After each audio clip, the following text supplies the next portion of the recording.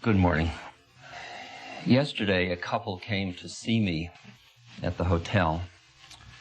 They had written to me in Boston, and I arranged for them to come yesterday. He is 42, she is 33. He's a graduate of a business school. He started a business which is now grossing $80 million. He did that in 7 years. They have been living for the past 3.5 years on what Carl refers to as the fast track. That is, they have been realizing all of the benefits of affluence. You want a house? Let's have a house. You want a bigger house? A bigger house. Should we travel here? Let's go here. New car? Yes. Of course, yes. They have a 20-month-old child. 6 months ago, the wife was diagnosed as having cancer of the liver. It has now spread to the bones.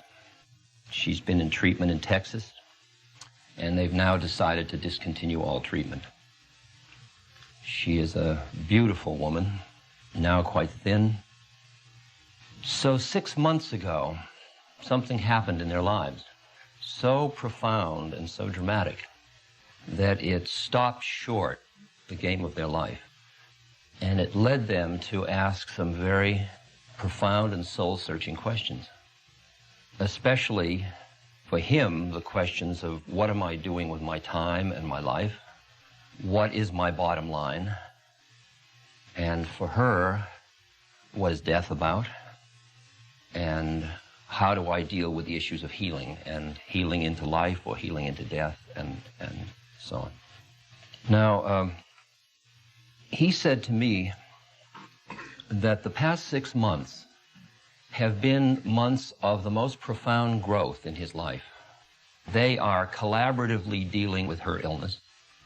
I mean, little things happen. For example, he had an aversion to hospitals. He would get nauseous and he wouldn't go to a hospital. He just refused to go. He didn't want to deal with sickness or death from all the time he was growing up. Now he found himself spending days in intensive care with his wife.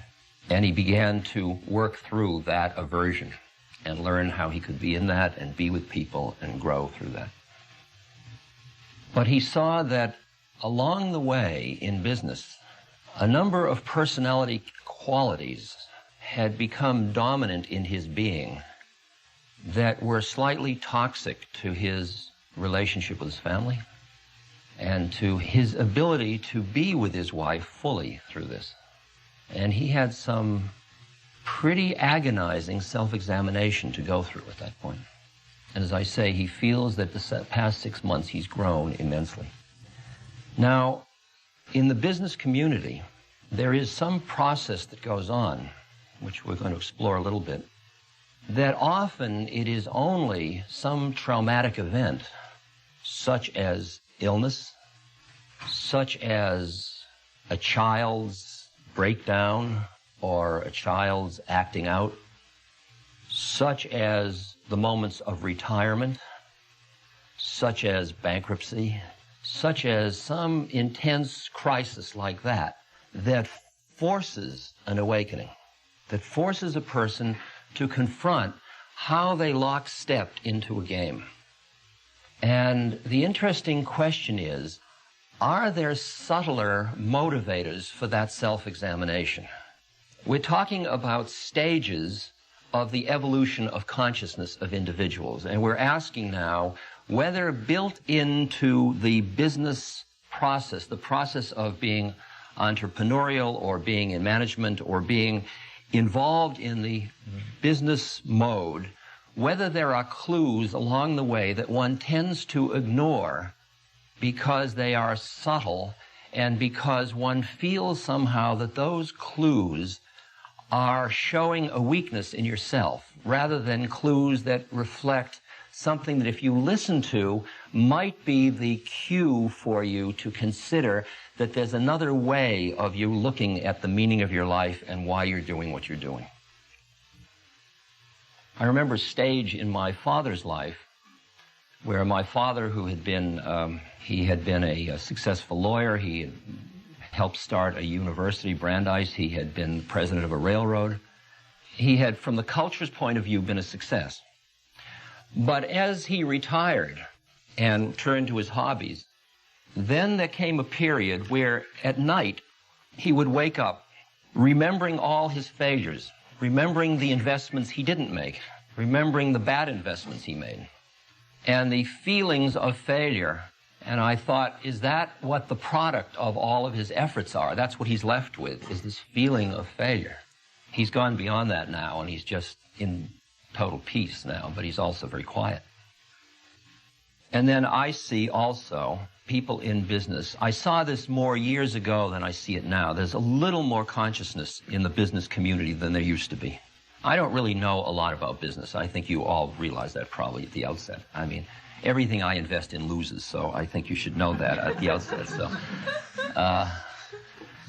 and I just know really from, like in the old days when my father was chairman of the Brandeis and head of the Joint Distribution Committee in Jewish Charities, I used to play gin rummy with his rich friends. And we'd play on somebody's yacht in Miami. And I'd meet a man who was in his 70s, whose company was on the New York Exchange, and he had just moved all his mills from the New England area to the Tennessee area. And he was in his 70s, and he was complaining and such headaches, and he had many millions of dollars. And I said to him, why did you do it? Why do you keep doing it? And he looked up at me with what looked, from my point of view, like almost a sadness, and he said, what else am I going to do? And I felt at that point the pain of getting locked into a game, a model of oneself that you couldn't transcend because the reinforcers were too strong for staying in the thing.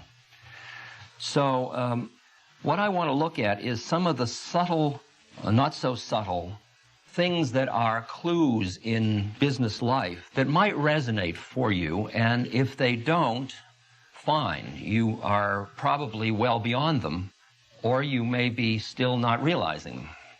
Who knows? We'll allow for both possibilities.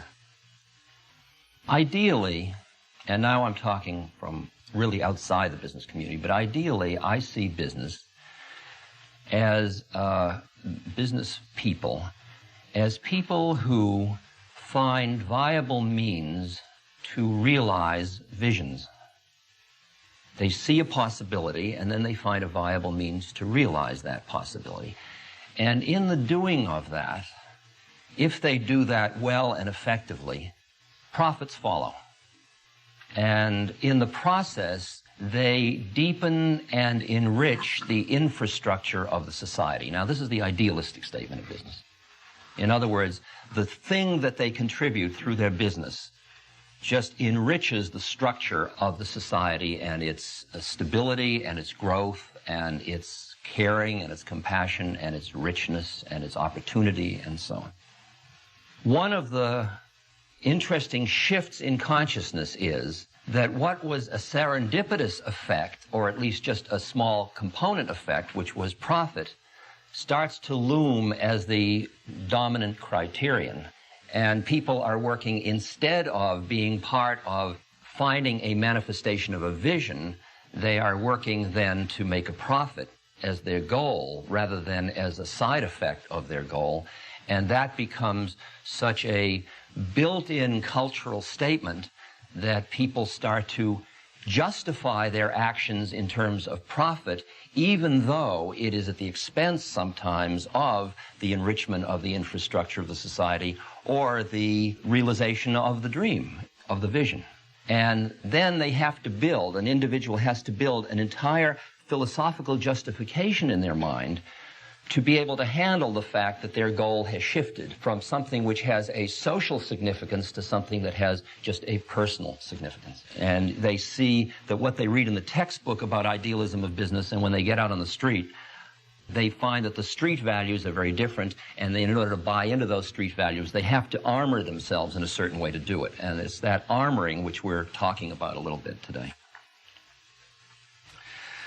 Now, because of this particular group that I'm speaking with, this is not the disenfranchised or the homeless. I assume. Unless I got my schedule dates mixed up. I think that one of these subtle issues we are reflecting about today is the issue of the effects of success. That is, if you invest in a myth in a culture, and that myth says, those who do such and such get such and such, and then they are happy. And you do such and you get such and such, then you are happy. Or are you? Right there is where the edge is, right at that point. Some people who have been very successful in this culture, who have won in a big way, and in their early wins, they were part of the moving towards success, and they were very, very excited, and each win was another marker along the way. Then, as they got a greater margin of success, it was harder to see it as a path because they saw that the difference, for example, between having 20 million and 80 million wasn't going to really change the style of their life that much. It was going to put them in a different league with other players, but it wasn't going to change the style of their life that much.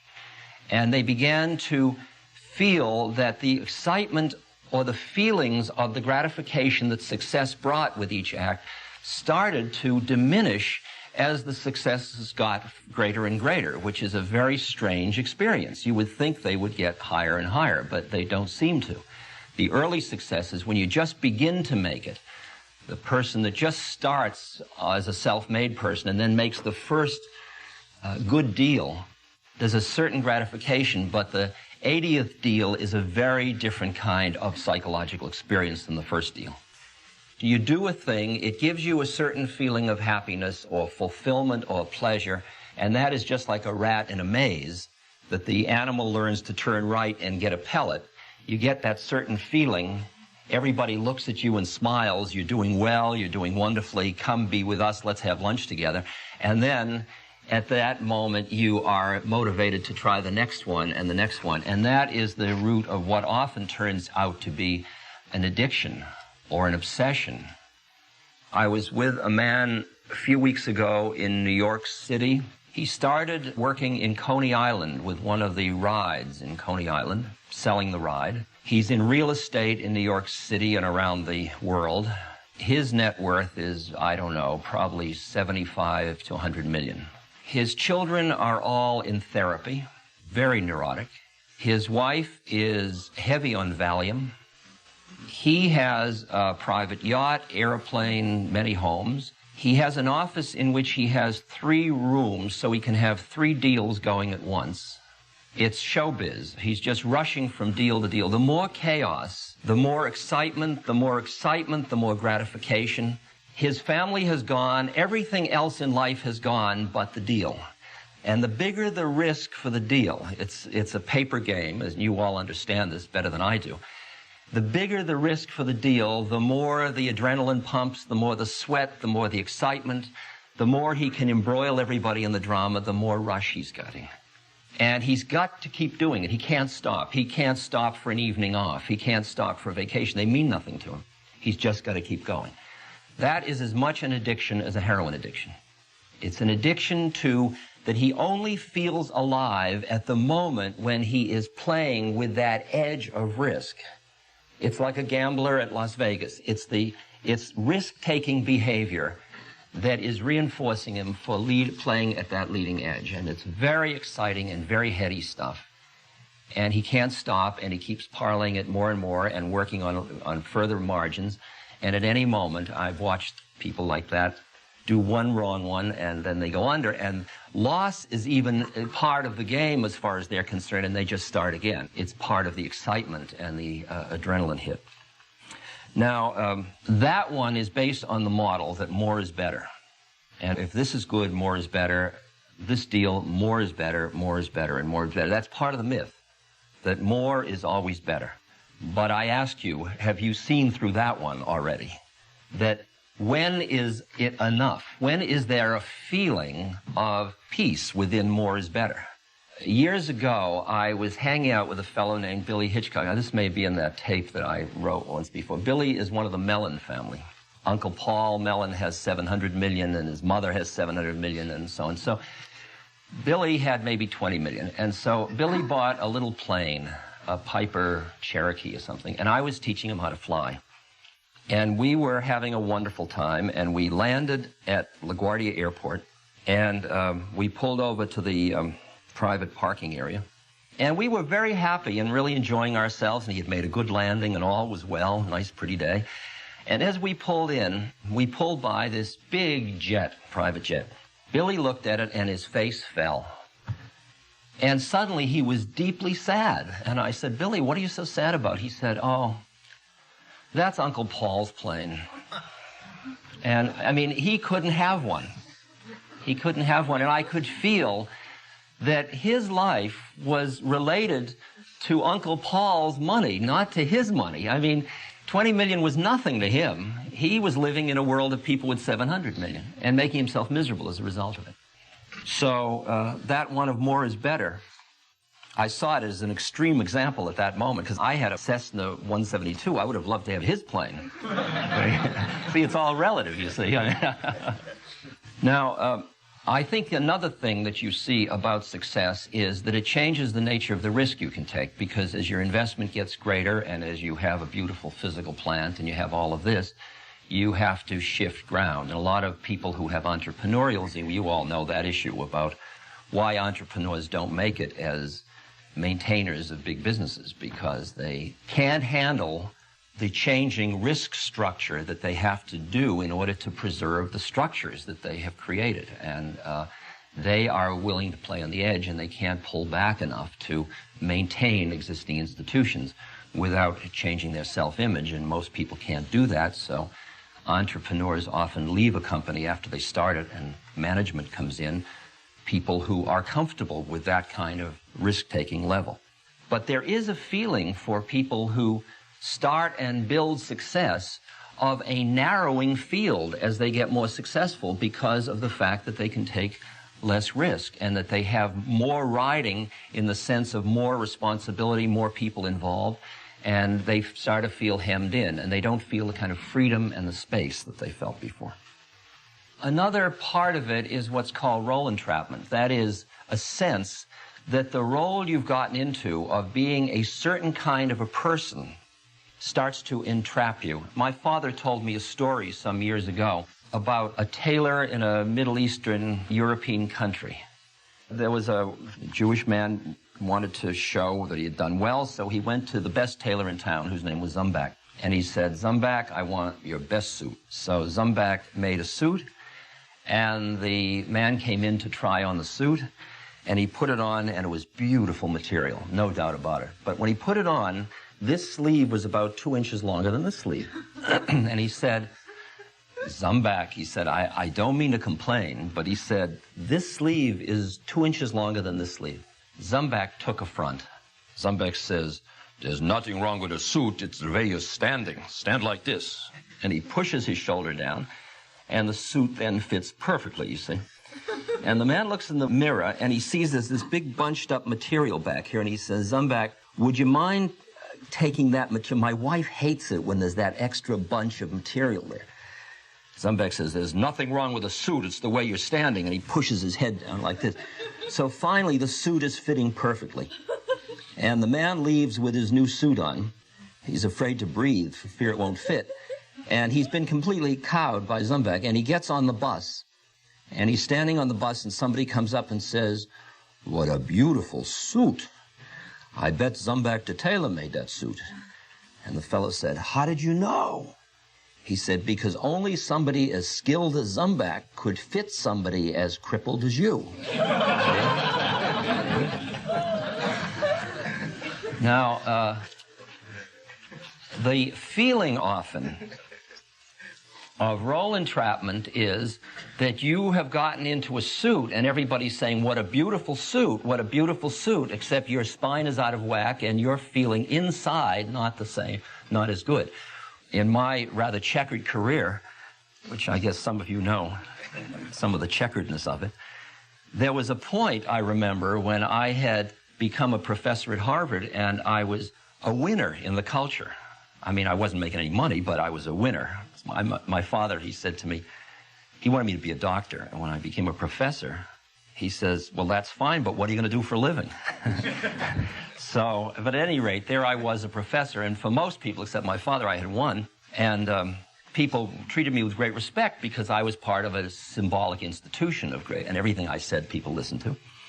And they thought I was wise. And every day I'd go to work, and everybody would reward me all day. And I was teaching human personality and motivation, and Freud, and all the latest stuff. So that if anybody should be happy, it should be me, technically. I mean, if we wise persons knew what we were talking about, why shouldn't I be it? But I go home and I get into the bathtub and I'd be a neurotic mess. And I decided I would feel somehow that it wasn't good enough. I didn't feel fully satisfied inside, and I thought, it must be me. So I went into analysis and therapy. And what I met was a therapist who was wearing another form of Zumbach suit. And he said, I'll tell you what, I'll teach you how to wear my suit so you don't have to wear your suit, which I learned. And then I became a Freudian therapist, and I had this suit on. And then I got a new role model and a new identity. And when people walked down the street, I didn't see people. I saw psychosexual stages. I saw early anal retentives and late phallics and stuff like that. And I got caught in a new set of roles. And it took me until a rather wild Irishman by the name of Tim Leary came along and introduced me to ways of changing my own consciousness, that I began to understand that the feeling of malaise that I was feeling in myself, which because everybody around me kept smiling and saying, you won, I assumed was my sickness, was maybe not my sickness, but was a cue to me, a clue to me, that there was another kind of growth lying in store for me. And that maybe that feeling wasn't something to be treated as pathology, but rather something to be treated as something worth exploring. And that did guide the rest of my life. Some of the side effects of success, interestingly enough, one of them is boredom. You've learned a skill that you know how to do very well, and you keep repeating it. It's just like making pizza. I mean, you can be a big deal maker, but it's still the same thing after a while. You know just the ingredients to put the game together, and it worked. And you keep playing the same one over and over again, and you've got a strategy, and it works. And you start to get bored by the finiteness of the game and the finiteness of your role. And the problem is it's working, and it's giving you all the fringe effects, but the thing itself you do every day starts to bore you. And the way people respond to boredom, it's interesting how aversive people experience boredom to be, especially people who have become successful because they are doers. We have a funny distinction between doers and beers. Beers just sit and be. Doers are always doing it. I'll mow the lawn. Here, let me help you. I'll do this. What do you say? Let's go. And their vacations are exhausting. I mean, they come back from their vacation needing a vacation because they are so exhausted because they can't stop doing. Because they got rewarded for doing, and that's the style they have in life. And what happens to somebody that gets bored, that's a doer, is they just do harder. And they do more, and they keep doing more until if you watch them, it is exhausting to watch a doer being bored. Because they are so busy avoiding the boredom. Because the boredom is so real for them. And that kind of fast action to avoid boredom has connected with it, and the anxiety about seeing the trap that you're in and not knowing how to get out of it, because all your models of how to get out of it were just to do more of it. Can you hear that issue? If I do something and do more, I will get out of it, and that's the one you learned, and then it doesn't feel great, but I'll do more of it in order to feel better out of that one. But after a while, the more you do, the worse you feel, because you're beginning to see the handwriting on the wall that it's not going to do it for you. These are the cues I'm talking to you about that can force growth prior to a trauma, prior to a total breakdown of the system. I think it was Jesus who said, "What profiteth a man if he gain the world and lose his soul?" We're talking a little bit about that, the idea of more is better and accruing more stuff. so that your life becomes stuffier and stuffier, and you've got garages full of stuff. You want to see my stuff? Come see my. I've got 2 houses full of stuff. I mean, it's just stuff and stuff and stuff, and it keeps collecting. Because when you feel that bad feeling of boredom or finiteness, then you are absolutely a mark for the advertising industry, which says to you, if you buy this car that's going to give you this certain driving experience, you won't feel that feeling. And they know exactly, they meaning us, I mean, we are the advertising industry too, know exactly what feeling that is you're playing with in advertising. The feeling of I'm not potent enough, the feeling I'm not beautiful enough, the feeling I'm not successful enough, the feeling I'm not happy enough, I'm not free enough, I'm not stimulated enough. The whole idea of more and different is going to be better. It's the idea that something external to yourself is finally going to give you what you want, and that is a basic fallacy. Now, there's just one more that I think that will be familiar to some of you, of these sort of little clues, and that is your relation to time. I think that a number of you, I suspect, see time as your enemy. You see yourself as caught in time, and there's never enough time. I'd love to do it, but I don't have time. Can't be with you for your birthday, I don't have time. And you feel like you are running against time so much of the time. I mean, I've been in that so often that out of my basically greed, I want more on my plate than I can digest, and then I am running like the rabbit. I can't stop, and I can't do it because I don't have time. And they say that the secret of what we're talking about today is to snatch the pearl of freedom from the dragon time and get into another relation of time, so that instead of time using you, you are in another relationship to time, and that's part of what we're going to be talking about today. Now, finally, a lot of the things that force this lockstep and the trap of this single-minded model of success and the why you get caught in more is that there is a tremendous reinforcement in who you hang out with. I'm not talking you personally now, and I'm talking about collective, that quality of the business community tends to, unless it makes an intentional effort, hang out with people that share your values. So you hang out with people who are in the same kind of lockstep and reinforcing for each other that this is the way it's done. Like my friend in New York who has got 3 deals going at once, and his net worth is, say, 75 or 100 million, but his friend has a net worth of 1.2 billion, and he's living in relation to that guy. And that guy's saying, make bigger deals, work faster, work harder. You're already 61, you're losing it. That's his guru, that's his spiritual mentor, if you will. So that who you hang around with, who you're spending time with, are not usually people who are free of time, for example. So everybody says, I'd love to have lunch with you. And they all even talk fast, because you don't have time to talk slow, And the way you eat fast, because you've got to do it faster. And there's just that quality of collecting, and moving faster and faster in order to cram more into time. That's, again, more is better. Okay. In order to play your role often in business, it requires you to think about other people a certain way. Now, this is very subtle. The question is, who is us and who is them? When we started out as tribes, the tribe was us. And then you found out there was another tribe, and maybe you decided that because there was only one piece of buffalo, that the other tribe was them. And you had to protect the piece of buffalo, so it was us against them. And you shared the buffalo among us, and you competed with them. What happens when you get into a model of competition, when you're in the role of being a competitor, it often is that who you're competing against is them.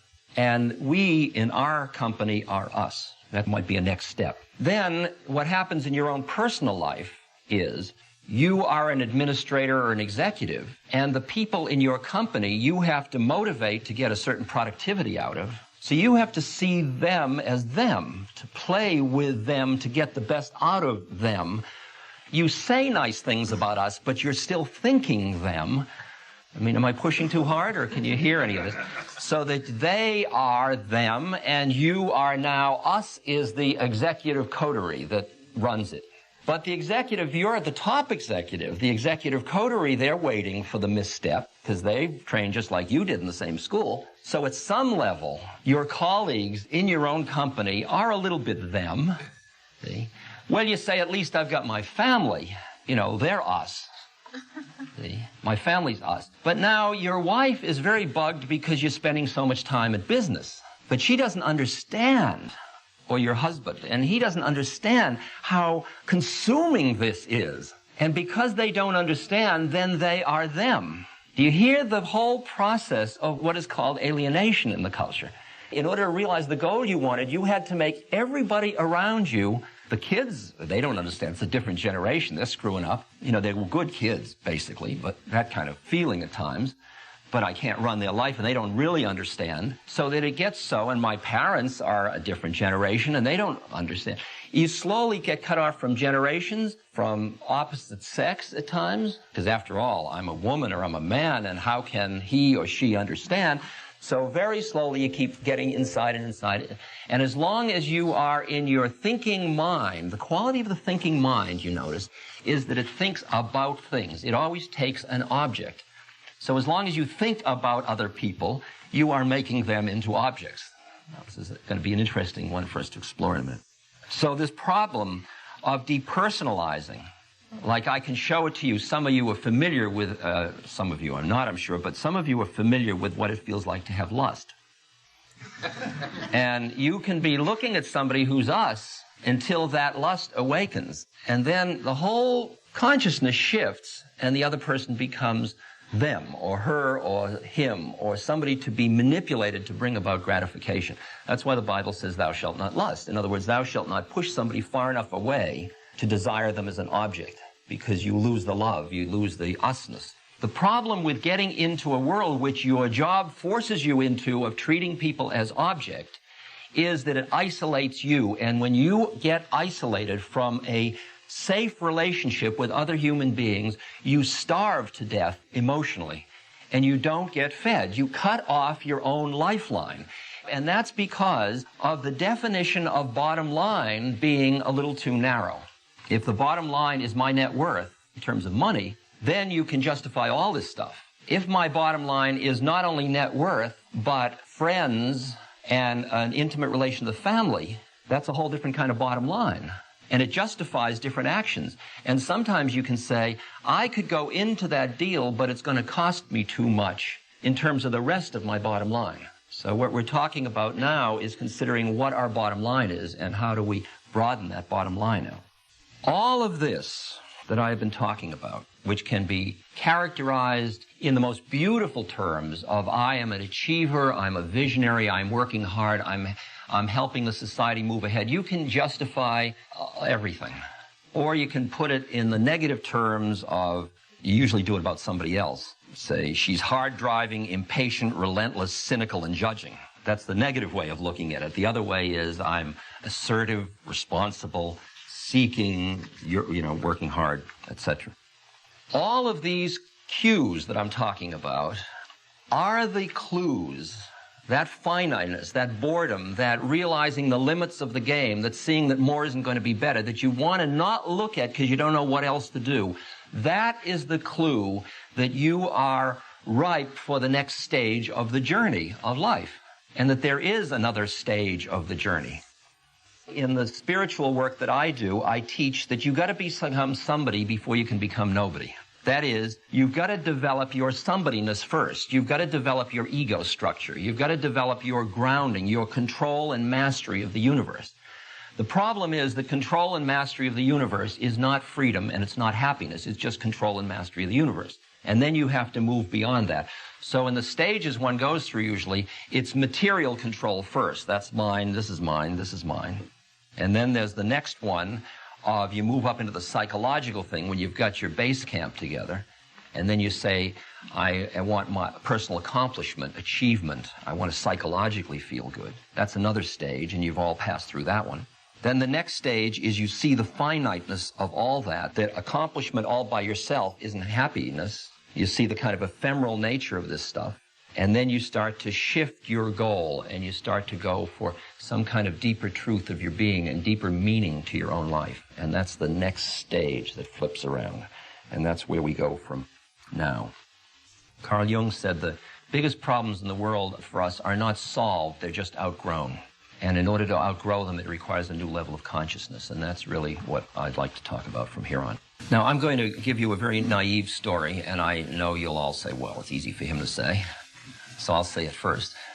Back in the early 70s, I did a series of radio shows on a radio station in New York, WBAI, and one in Montreal. And excerpts from these were made into a set of records. And I read holy books, and I did chanting, and I answered questions from telephones. It came out as a 6-record album, and it had a beautiful book in it with very beautiful printing and calligraphy and stuff like that. And it was in a box, 6-record album, and we mail order sold it for $4.50. Now, it was a different economy in those days, but that was still pretty reasonable. My father, who was at the height of his worldly powers at that moment, looked at it. He didn't listen to it, but he looked at it. And can you imagine what I must have been to him? I'll just give you a vignette that I've described of my coming back from India in 1968. His son, who made it to be a Harvard professor, then got thrown out, then ends up in India, and he picks me up at the Logan airport in his Cadillac. I am standing there, barefoot, in a dress, Indian outfit, with beads, a long beard and long hair, and a big musical instrument. His comment to me was, get in fast before anybody sees you. And he used to call me Rum-Dum.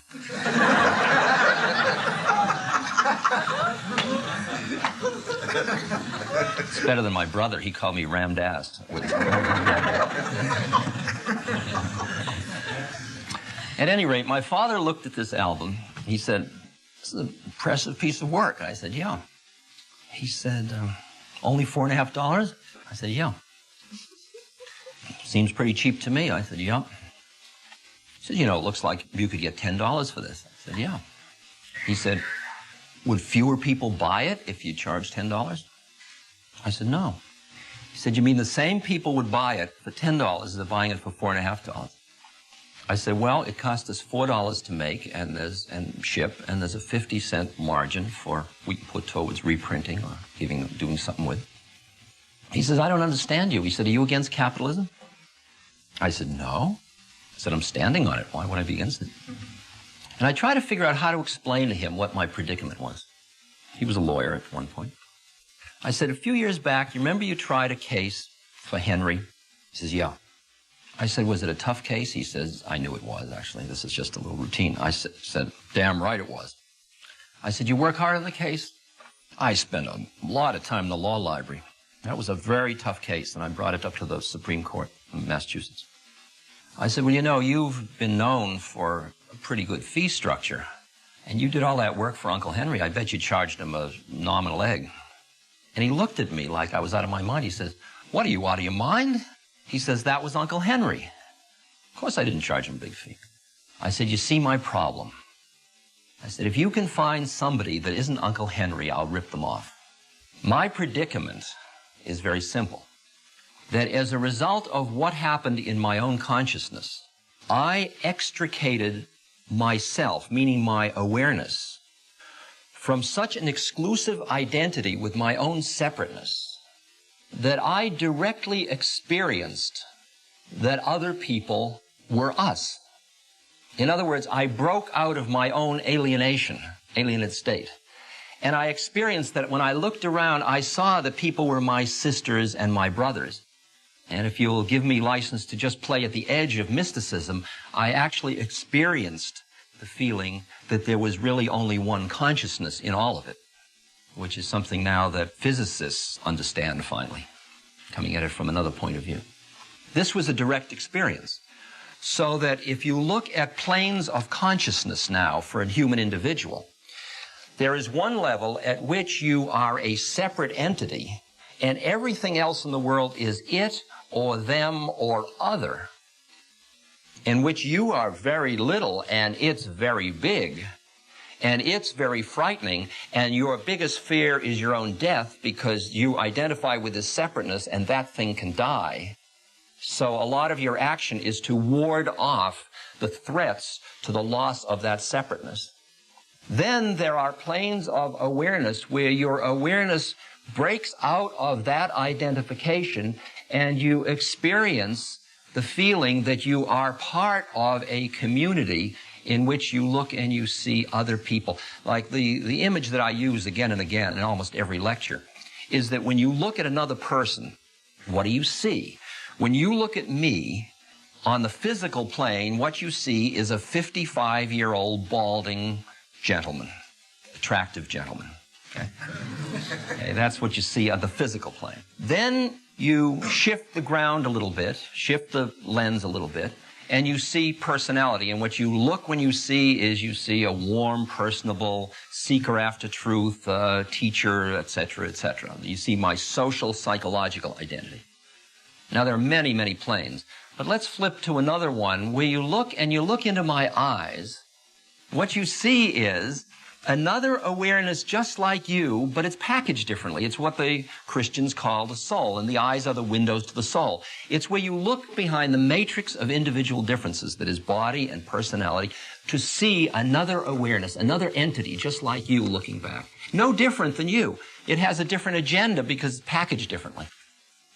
Now, when I see that and I experience that the minute I meet you in that place behind our individual differences and we recognize one another, there is an incredible rush or an incredible release of energy or an incredible feeling of I have met us. I have met us. I have come into a space of sharing which opens me up, which feeds me instead of my relationships alienating and separating me. This relationship makes contact and I get some energy from it and my heart opens a little bit. Then I see this tastes so good and it feels so wonderful and I am so at home in it.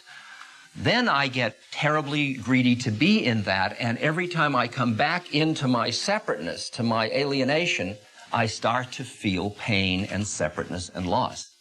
And you begin to feel your awareness moving through these planes. And you begin to observe what it is that, quote, brings you down. What catches you back up in your own separateness? What catches you back up in your alienation? See, there are two stages of this. One is where you start to recognize that you are much more than you thought you were, that you were shortchanging yourself tremendously because your intellectual mind was treating you as an object because it thinks about objects. And you were so invested in your thinking mind that you couldn't escape this objective dualism, this kind of reality. And as you bring your awareness back out of it or acknowledge those parts of you where you have been out of it. See, the situation is that everybody gets out of their thinking mind all the time. They do it in sex. They do it in skiing. They do it in the headiness of a deal, where they so are immersed in the moment that they lose their separate sense of identity. And they transcend it and they feel alive and juiced and fulfilled by the moment. And that's why often people do things like surfing or skiing or motorcycling or something that brings them very close to the edge, because it engrosses them so fully in the moment that they transcend the models in their head that keep them separate, and they experience a connection to the universe and they feel fed by it. They feel they're part of everything. You could think of it as addicting, and most people that are in business know how to get there through that edge of risk-taking and gambling, but they have ruled out other ways of getting there.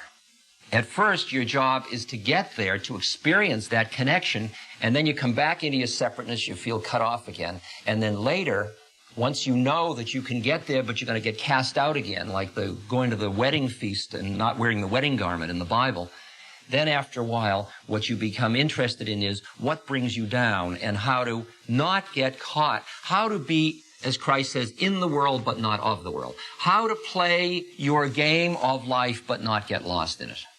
It's like two people walk on a tennis court or they have a golf match, and they are competing for who's going to buy on the 19th hole. And they are competing, and it's a fierce competition. And in that competition, the other person, you're trying to beat the other person, which could be part of the business community too. But you remember also that you both collaborated to walk on the golf course together. So that simultaneously, what called good sportsmanship is that you are collaborating and competing simultaneously. In other words, you are playing at two levels with another human being, and you're not forgetting that, and that's what's called a good sport. A bad sport is somebody that forgets one of those levels. Because if you're just collaborating and not competing, you give the game away. And what kind of a game is that? And if you're just competing and not collaborating, you get vicious. And you're called a poor sport when you lose. And you sneer when you win. You're beginning to hear that the secret of the shift I'm talking about has to do with the nature of who you think you are. And if you push that back one step, you're back to the nature of the way your mind works and the way you are identified with your mind, how you are in relation to your thinking mind. There's a story of a big samurai, a protector of the faith, who hires out. And he comes to a very diminutive little monk, and he says, "Monk, teach me about heaven and hell." Very arrogant. And the monk looks up at him and says, "Teach you about heaven and hell? I couldn't teach you anything. You're so stupid. You're dirty. You smell. Your blade looks rusty. Who'd hire you as a samurai? You're probably a second-rate samurai. I wouldn't teach you anything. I don't think you're worth anything." The samurai got so furious that the veins were sticking out on his neck. I mean, nobody talks to a samurai that way. And this little monk, and the samurai pulls out his sword to cut off the head of the monk, and just as he's about to do it, the monk looks up at the samurai and says, "That's hell." And the samurai realizes that the monk has just practically given his life to give this teaching. And he is so humbled by the courage of the monk and by the caring of the monk that got him into that experiential learning moment that he sheathes his sword and he bows. And the monk says, "And that's heaven." Now you see what the monk did. He just played with the mind of the samurai. And he made the samurai's life into a hell or a heaven with just a flick of the mind. Same situation, same monk, same samurai. Now I want to read you a story from a very good book that just came out called How Can I Help by me. And a fellow named Paul Gorman. And this is a story told to me by a friend of mine who's an Aikido master. The train clanked and rattled through the suburbs of Tokyo on a drowsy spring afternoon. Our car was comparatively empty. A few housewives with their kids in tow, some old folks going shopping. I gazed absently at the drab houses and dusty hedgerows. At one station, the doors opened, and suddenly the afternoon quiet was shattered by a man bellowing violent, incomprehensible curses. The man staggered into our car. He wore laborer's clothing, and he was big, drunk, and dirty. Screaming, he swung at a woman holding a baby. The blow sent her spinning into the laps of an elderly couple. It was a miracle that the baby was unharmed. Terrified, the couple jumped up and scrambled towards the other end of the car. The laborer aimed a kick at the retreating back of the old woman, but missed as she scuttled to safety. This so enraged the drunk that he grabbed the metal pole in the center of the car and tried to wrench it out of its stanchion. I could see that one of his hands was cut and bleeding. The train lurched ahead, the passengers frozen with fear. I stood up. I was young then, some 20 years ago, and in pretty good shape. I had been putting in a solid 8 hours of Aikido training nearly every day for the past 3 years. I liked to throw and grapple. I thought I was tough. The trouble was my martial skill was untested in actual combat. As students of Aikido, we were not allowed to fight. Aikido, my teacher had said again and again, is the art of reconciliation. Whoever has the mind to fight has broken his connection with the universe. If you try to dominate people, you're already defeated. We study how to resolve conflict, not how to start it. I listened to his words. I tried hard. I even went so far as to cross the street to avoid the chimpira, the pinball punks who lounged around the train stations. My forbearance exalted me. I felt both tough and holy. In my heart, however, I wanted an absolutely legitimate opportunity whereby I might save the innocent by destroying the guilty. This is it, I said to myself as I got to my feet. People are in danger. If I don't do something fast, somebody will probably get hurt.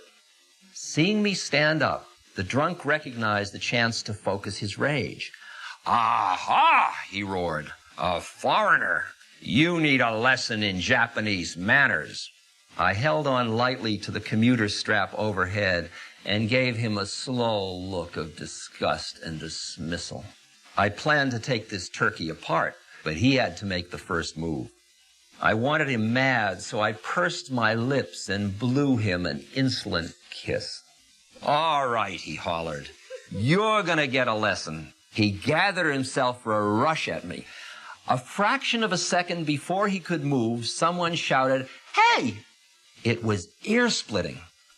I remember the strangely joyous, lilting quality of it, as though you and a friend had been searching diligently for something, and he had suddenly stumbled upon it. "Hey!" I wheeled to my left, the drunk spun to his right. We both stared down at a little old Japanese man. He must have been well into his 70s. This tiny gentleman sitting there immaculate in his kimono. He took no notice of me, but he beamed delightedly at the laborer as though he had a most important, most welcome secret to share. "Come here," the old man said in easy vernacular, beckoning to the drunk. "Come here and talk with me." He waved his hand lightly. The big man followed, as if on a string. He planted his feet belligerently in front of the old gentleman and roared above the clacking wheels, "Why the hell should I talk to you?" The drunk now had his back to me. If his elbow moved so much as a millimeter, I'd drop him in his socks. The old man continued to beam at the laborer. "What you been drinking?" he asked, his eyes sparkling with interest. "I've been drinking sake," the laborer bellowed back, "and it's none of your business." Flecks of spittle spattered the old man. "Oh, that's wonderful," the old man said. "Absolutely wonderful. You see, I love sake, too. Every night, me and my wife, she's 76, you know, we warm up a little bottle of sake and we take it out into the garden and we sit on an old wooden bench. We watch the sun go down and we look to see how our persimmon tree is doing. You know, my great-grandfather planted that persimmon tree. We worry about it after those ice storms we had last winter. Our tree has done better than we expected, especially when you consider the poor quality of the soil. It's gratifying to watch it. We take our sake out even in the rain." He looked up at the laborer, his eyes twinkling. As he struggled to follow the old man's conversation, the drunk's face began to soften. His fist slowly unclenched.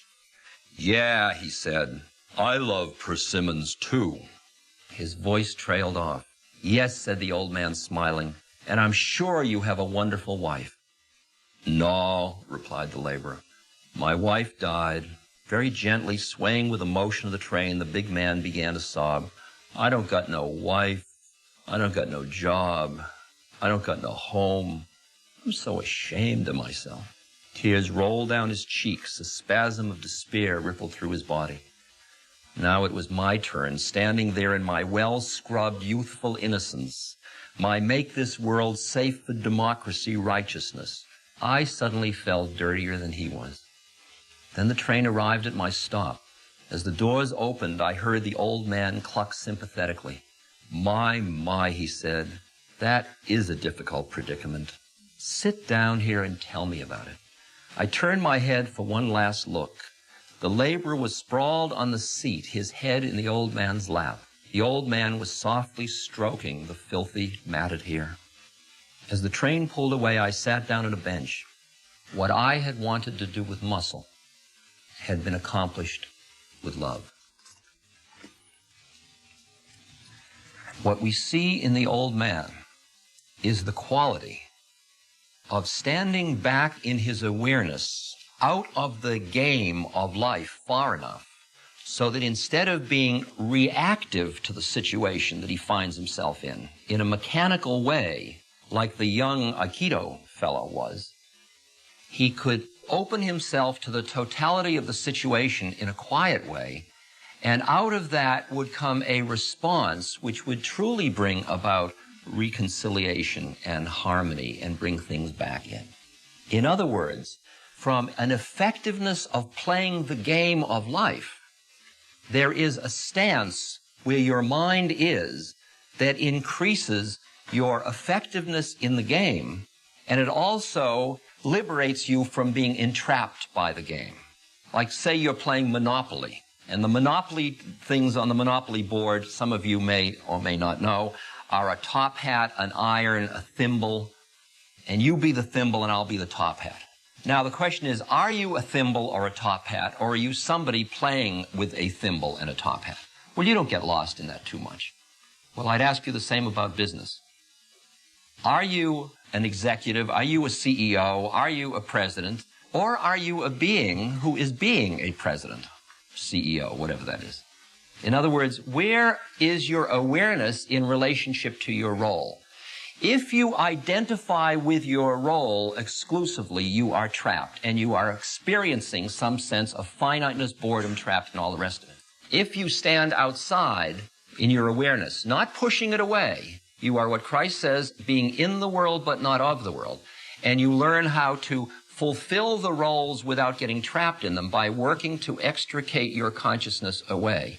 Then what you become is a more effective game player, because your risk isn't as great. So if you lose your job, so, instead of, oh my God, I lost my job, there's job and there's not job, and here I am. You're still here. In fact, you get to the point where you begin to see, when you are able to stand back, that even losses are vacuums into which growth can come. And that when you're winning, there is less opportunity for growth, actually, than when you start to lose or feel a finiteness or feel it fall apart a little bit. Yen Hui, a disciple of a famous Taoist sage by the name of Chuang Tzu.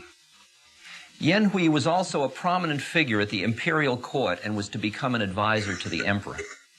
This emperor happened to have a great predilection for chopping off heads of his advisors if they made a mistake. Yen Hui was afraid of this job and came to his teacher for his advice. He said to his teacher, I don't think I'm sufficiently enlightened to be safe in this exalted position. Chuang Tzu said to him, in that case, you must retire and practice mind fasting. Yen Hui asked, what is mind fasting? Chuang Tzu gave him the following instruction.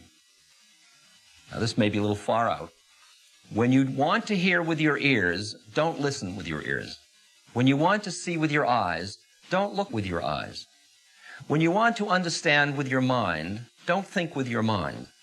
Listen, see, and understand with what he calls the Tao, or the deeper intuitive wisdom of your being. In other words, go for a deeper part of your knowing mind rather than your intellect. Yen Hui retired and spent 3 years practicing this discipline. After 3 years, he returned to his teacher and said, Master, I think I am ready. Chuang Tzu said, well, prove it. So Yen Hui said, before I practiced mind fasting, I was sure I am Yen Hui. But now, after I have practiced mind fasting, I have come to realize that there never was a Yen Hui. The teacher said, you are ready. Now, that's a lot, but my statement is, my suggestion is, where did you learn who you think you are? You learned it from your parents, you learned it from the school, and you built a structure or a model, which is called an ego structure, in your mind of who you think you are. And then it comes like a mine net around you. So you go down the street and you enter into conspiracies with each other, saying, I will make believe you are who you think you are if you will make believe I am who I think I am. And we enter into these games to keep reinforcing our models of who we think we are. We dress that way, we look that way, we project it of who we think we are all the time. And we get trapped in it. And it turns out to be too finite. You are shortchanging yourself because you are much more than any model you can have of who you think you are. And finally, when you're ready for that next push, you start to go deeper and you start to become interested in those methods that allow you to escape from the structure your mind has created, so that the structure is available as your servant, but not as your master. In the spiritual traditions, they say an intellectual who is proud of his intellect is like a prisoner who's proud of his cell. Now, you may decide I'm a flake. That's perfectly reasonable. I might if I were in your position, too. But I would now like to quote from a man who was a vice president of AT&T. Can't resist. This is the last page of his book. His name was Robert Greenleaf.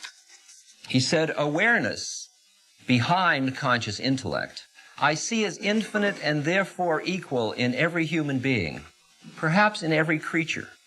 The blinders which block our conscious access to our own vast awareness are the uncompensated losses we've sustained, the errors we have acquired from our cultural inheritance, from the undigested residues of our own experience, and from our own conscious learning.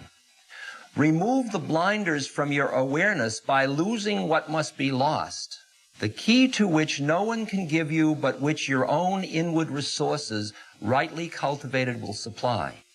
Then set forth upon your journey, and if you travel far enough, filling the voids of loss with the noblest choices, you may be given the secret of the kingdom, awe and wonder before the majesty and mystery of all creation."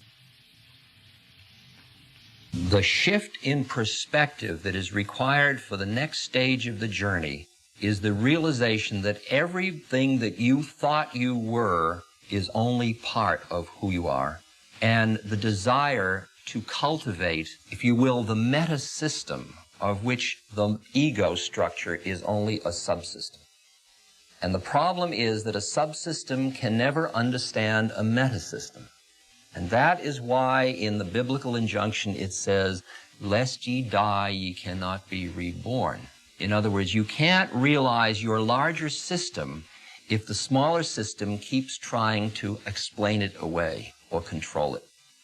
That is, the rational, intellectual, analytic mind has gotten you to just where you are now.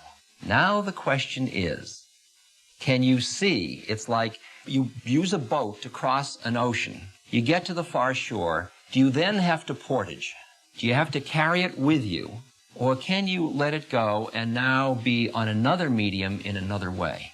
That journey of going beyond your own, the tool that you have mastered, but now letting the tool go for a moment. The trap, of course, has been that you thought you were the tool. Cogito ergo sum. I think, therefore I am. The fallacy of that is that it's the reverse way. Behind that is I am and I think. And the thinking mind is your servant, while for most people the thinking mind is their master. And as you cultivate that meta-awareness, that other part of your being, that what's called the intuitive heart-mind, the sin-sin in Chinese, the Atma in Hinduism, there's names for it in every system.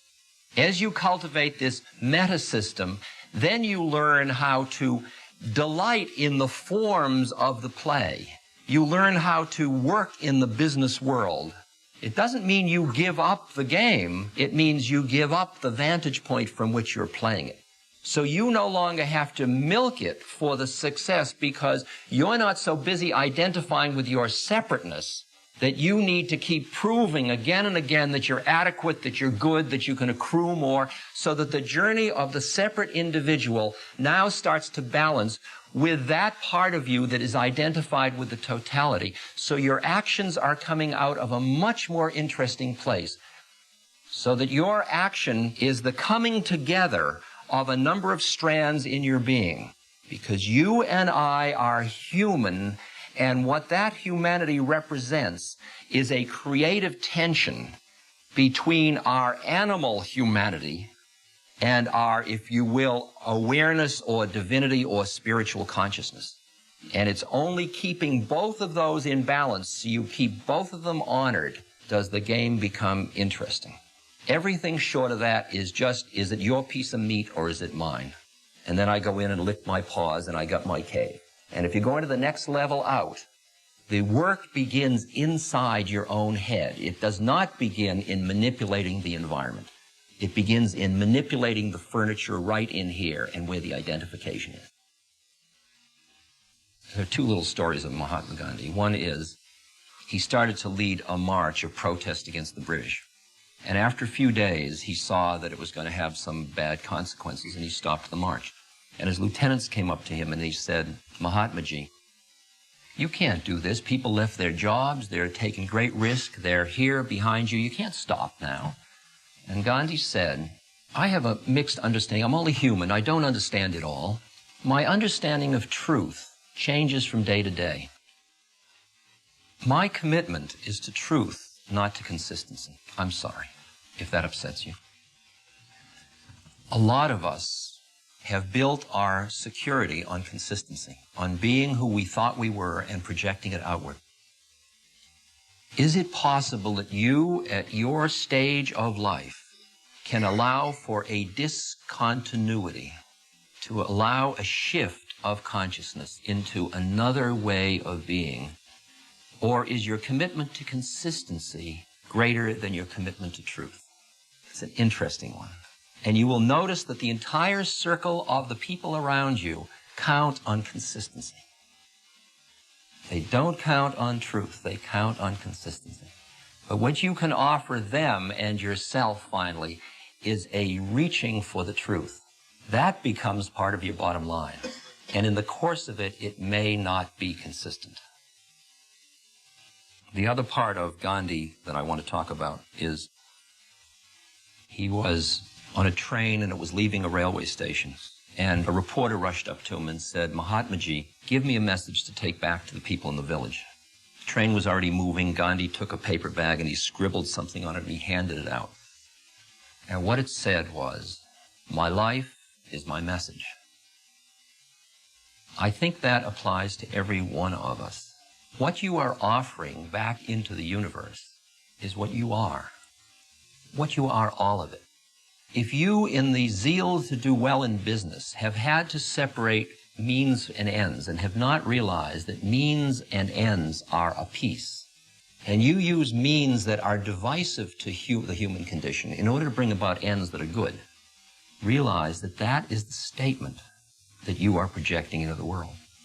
It's like you try to bring about peace with anger in your heart. What you do is sow the seeds of anger.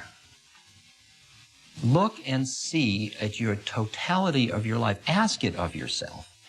Is the way I am with all the people around me, is the way I use my resources, is the way I enter into business, is the way I am with my family, is the way I am in relation to silence, aloneness? Am I ready to stand up and be counted as I am and say, this is what I offer to all of you? Or do I say, don't notice me, notice my product? Finally, for each of us, our life is our message. In talking about methods of working on oneself or awakening, or shifting the perspective or shifting the context in which you understand what you're doing and what your life is about, the various strategies, some of them involve the withdrawal into another context in order to change and then coming back. Like when you go on a vacation, you leave one context in order to reintroduce yourself to parts of your being that got lost in the sort of subtle toxicities of daily life. You pull back, you get another perspective, then you come back with that enriched. So, for example, what we do when we go on vacation is usually get very busy in doing, which doesn't really deal with the quality of our mind at all, and then we bring the mind back still very agitated and quite speedy. In other cultures, for example, in Burma, where I have studied, the heads of government and business, their vacations, they go into a monastery in order to meditate for 2 weeks or 10 days or a month, in order to quiet their minds, in order to get this shift in perspective so that they can come back and be a more effective game player, if you will, and understand the gestalt in which they're functioning more effectively. In that strategy of a cyclic form of life, think about how you use the time that is available to you to, if you will, get beyond time, to find that part of you that is beyond time. that can be done spirally in that way of going out into the world and coming back. And those going out and come back, the pulling back can be, it could be in terms of a sabbatical, a year. It could be in terms of a month. It could be in terms of a week. It could be in terms of a weekend. It could be in terms of an hour every morning or an hour every night.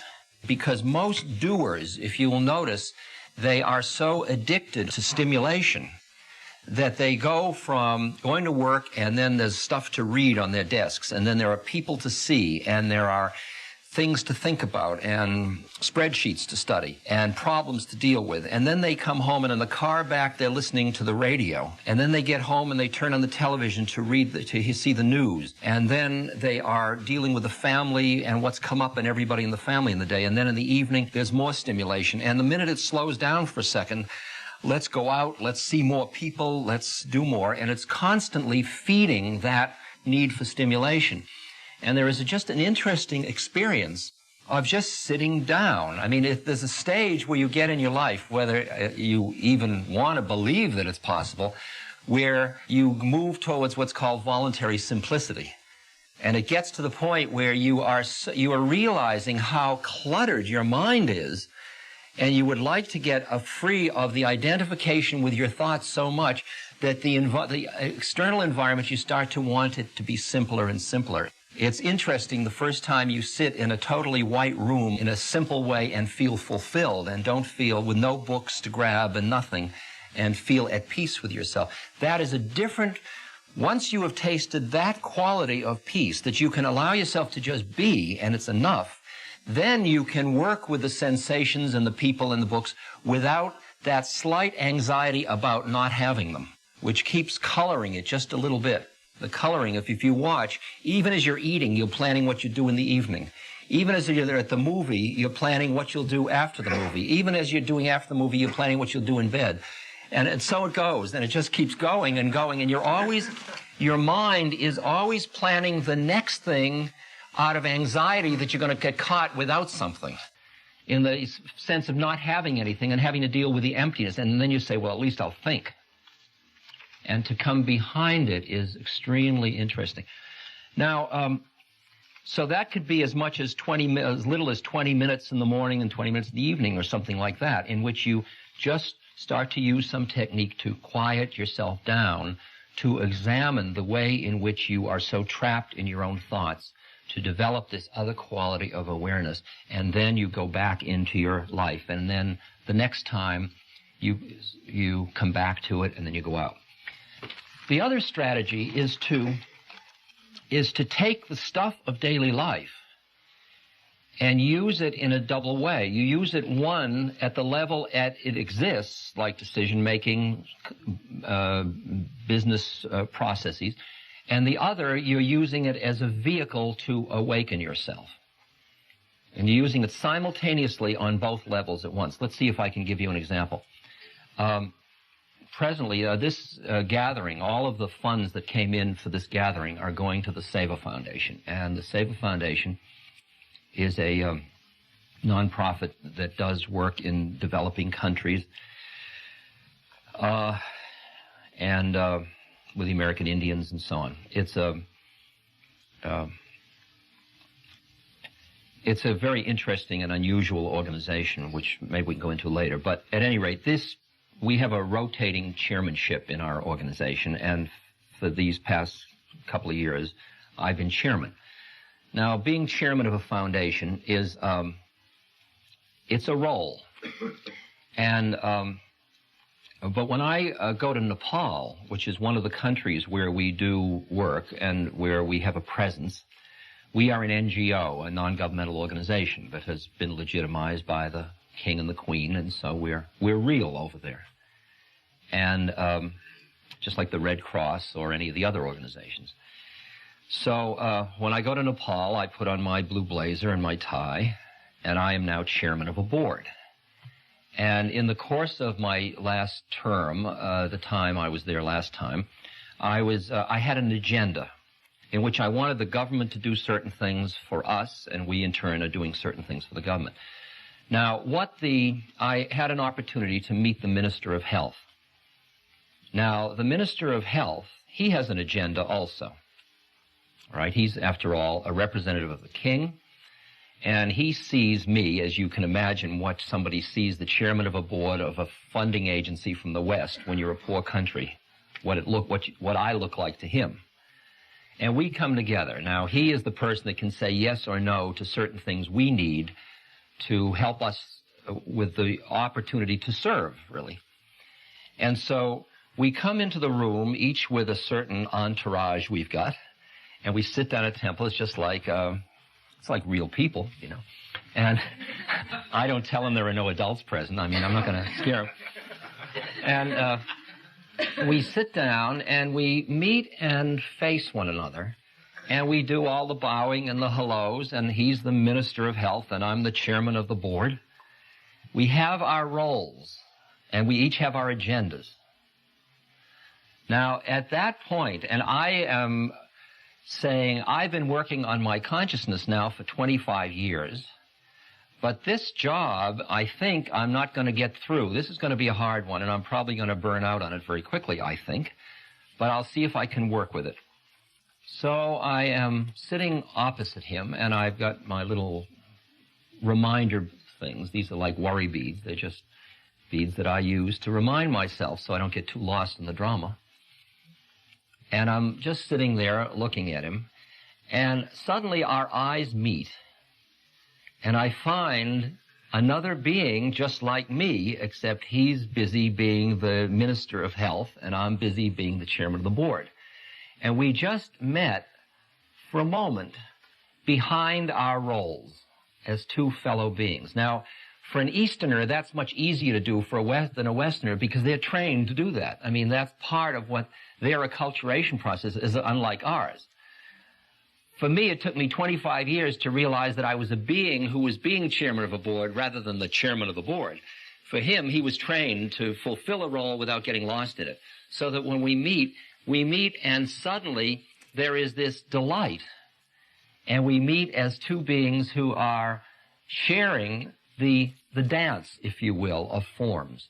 And then we go into the game just as a Monopoly game with his agenda, but instead of him being his agenda and me being my agenda, we are two beings who are meeting here and playing as two people, Minister of Health and Chairman of the Board, and dealing with our agendas. And we're dealing with it from a collaborative place in that we both would like to end suffering. And the result is that our dialogue together brings us closer together rather than ending up being divisive where, well, if you won't do this, then I won't do this, instead of separating us. It's just like Russians and Americans, or any people where they come together in a dialogue, whether they can meet in what's behind it as well as being in their separateness, can they meet in their unity. And what I experienced was that my journey to Nepal this time, I came out of it of continuous meetings, meeting with the ophthalmic associations and all this stuff, continuous meetings. I came out of it with more energy than I went in. I came out of it lighter than I went in. I came out of it with my heart more open than I went in. I came out of it seeing that us included Nepalese and Westerners and people from the States, instead of the people from the States were dealing with them in developing countries. Now, so what I'm learning, and every time as I was approaching the Minister of Health, I thought, oh my God, you know, it's fine to play this game when you're playing low key, but here I am now, I'm the chairman playing with the Minister of Health. This is big business. And is that going to suck me into losing my consciousness into it? And what I had to do was just keep reminding myself and keep waking up until I met him and we met behind it, and then it started to be play from there on in. And so what I'm learning is how to take the stuff of daily life and convert it. During the break, one of us asked me, how do you keep from burning out? Well, the answer to how do you keep from burning out is the injunction that the Bhagavad Gita, which is one of the sacred texts of the East, enjoins, which says, do not be identified with being the actor. It's one of the key things. In other words, when you drive a car, most of you do, and you are roughly hurtling through space with about 4,000 pounds of steel or something, seem like it, you're doing that, making incredibly subtle and complex decisions about centrifugal and centripetal force and rates of deceleration and all that. And all the time, you're usually tuning the radio, thinking about where you're going, watching for police. Who knows what else you might be doing? And all the time, you're doing all that, and you're doing it on what you could call base brain. That is, you're doing it without being somebody who's driving, and yet driving is happening. Well, it is interesting how you can cultivate a place in yourself that is at rest, even as you're full of activity, so that the activity doesn't wipe you out because you aren't doing it. You can take a long trip. Like people say to me, I'm on a tour now of 60 cities, which means that between now and April 15th, I'll do 32 cities. I'll be in a different city every other night. So I get on the plane every other day. I go to airports. I carry bags. I get off, meet people, get up, give lectures, go to bed, get up, etc. People say, what a demanding schedule. It must exhaust you. You know who'll say that to me? Like a woman who's raising 3 kids. I'll say, are you kidding? I said, I look at your life. What a demanding schedule. It must exhaust you. I said, I don't know, just like you. I get up every morning, I brush my teeth, I get dressed, and I do stuff all day. Then at night, I take off my clothes and I go to bed. And then I start the next day. That's what you do. But you see, the minute I have a model of travel, something happens, interestingly. People say, well, I'm traveling. And they get so caught into what you call the dramatic storyline of it, that you wipe out. You wipe out because you milk the drama of your own life, if that isn't too crude an expression. And you learn how to not, like, what a day I've got. Instead of, okay, you do what's immediately on the plate in front of you. If you're here and you got to get there, you get in the car and drive there. And then you're there and the next person comes in and you meet them. And if you keep overriding it with the whole storyline of, well, it's 10 o'clock and I've already done 4 and I've got 6 more and will I do it and all, you'll wipe out. On the other hand, if you just do the next thing and the next thing and each thing you do fully, constantly pulling your awareness, noticing where your awareness is and bringing it back, you keep coming into a resting space just as you're doing it. And then it's just event after event after event and you end up being at rest. And I'm learning how to do this. I don't know how to do it. I know it's doable because I know beings who do it. And I just have to learn how to be in the doing rather than get lost into the doing and lose the being. That's the whole process. And this is just a mechanical technique. There are techniques called the witness, which is cultivating a part of you that notices what's going on. Like most people, when you get agitated or angry or depressed, boy, am I depressed. See? Now, if you came to me and you said, which people do, and they go, I'm so depressed. Right? Yep. You're really depressed? Boy, am I depressed. Is every part of you depressed? Yeah, I'm completely depressed. Is there any part of you that isn't depressed? No, I'm completely depressed. You're noticing your depression? Yup. Is the noticer depressed? Well, the notice is just noticing. Aha. There's your entry right there. That's that little place. And it starts out with such a subtle little tiny bit of your mind. 99% of your mind is depressed, and 1% is noticing. It's like clouds in the sky. If you take a frame and frame a cloud a certain way, it looks like you just get a frame of gray. But if you put a little bigger frame on, you see there's a little blue around it, and you suddenly say, oh, that's a cloud. It's the same thing you do with your thoughts. See, the thoughts grab you. Like I go into meditation, and the meditative technique I use, which is so Mickey Mouse, it's absurd, is I follow the breath. This is a Southern Buddhist Theravadan technique. It's ancient. It's an ancient technique. I follow the breath, rising and falling in my abdomen. There's a little muscle that goes up and down when you breathe. You can feel it. Now, I start in, and my instruction from my teacher is follow the breath, follow the rising and the falling, and when it rises, notice it rising, and when it follows, notice it falling. So I start. Rising, falling, rising, falling, rising, falling. And the first thing that my mind says is, this is never going to work. See? Now, what happened was, you see, my mind came up with a thought that said, think of me. Psst, psst, this is never going to work. And if you buy into that thought, you say, you're right, this is going to work. Well, thank you very much for the teaching, and you're off, see? If, however, you just agreed that for 20 minutes you'd follow the instruction of the teacher, and he says every time a thought arises, notice that it has arisen, allow it, and then very gently return your awareness back to the rising and falling. So you say, okay, thought, see you later, and you go back to rising, falling,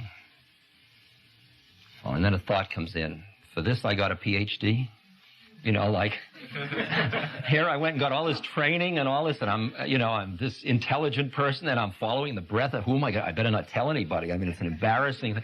Well, what'd you do all summer? Well, I followed the muscle rising and falling in my abdomen. Don't you have anything more important to do? You see, I mean, you can feel where that is in relation to the cultural context.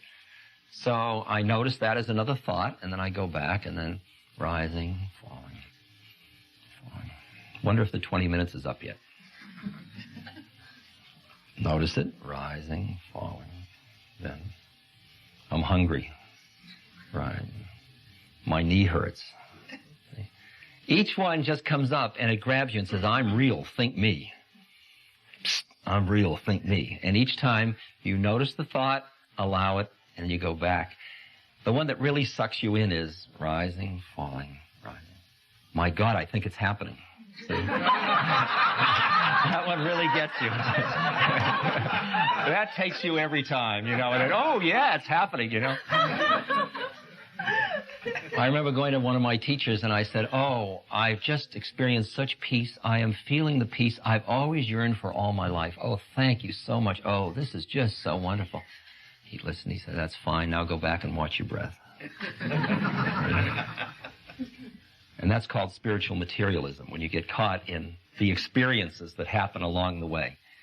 Now, what a simple exercise like that does, which has no religious overlay of any stuff, it's just a mechanical method, is it's allowing you to see the way in which your thoughts keep capturing you into being identified with them by giving you a focal point around which you can see your thoughts grabbing you and pulling you. And just doing that simple little exercise allows you to see your thoughts grabbing and taking you until pretty soon you begin to see that the thoughts are an ocean of continuous thinking. It's like sitting on the edge of a stream and watching the water go by, and leaves come and little fish go by and all kinds of things go, and twigs, and every now and then something catches your consciousness and your head turns to follow it. And when you're meditating, you just keep it right there, and the stuff comes in, exists, and goes by. And what happens just from that little mechanical method is you start to develop a connection to the awareness. It's like the sky that's behind the clouds. Instead of just transferring your identity from being one cloud to the next cloud to the next cloud, which what happens is, I'm hungry, and then you're focused on the refrigerator. And then as you're eating, you think, I'm missing the game, and then you're focused on the television set. And then you're in the middle of the game, and I got to go to the bathroom, and you're focused on it, and your mind is just constantly. You watch from the minute you wake up, like the alarm goes off, or somebody nudges you, or you wake up and you say, I could sleep 10 more minutes. What was I dreaming last night? I've got to go to the bathroom. That's what I need to do. Oh, it's so warm in bed.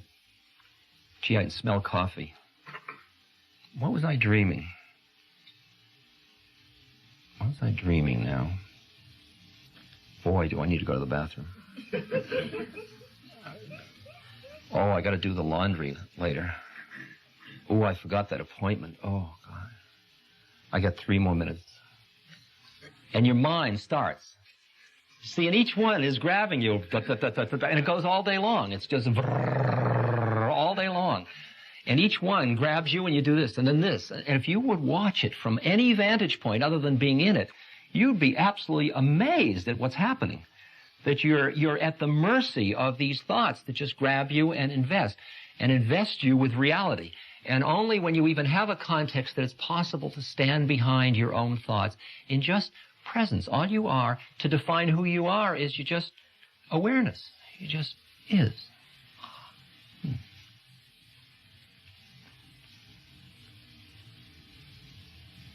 Questions, sir? We did a study, took a year of 100 people in the little plan of ours, and we implemented some of these thoughts and ideas and found that productivity increased quite a bit for a number of reasons, and maybe this is one. And it found that the Western mind, or our mind here, was pretty difficult to maintain that. It kind of leveled out at a good productive rate. I wonder if you've had some experience about collective groups in the Western arenas going further with it.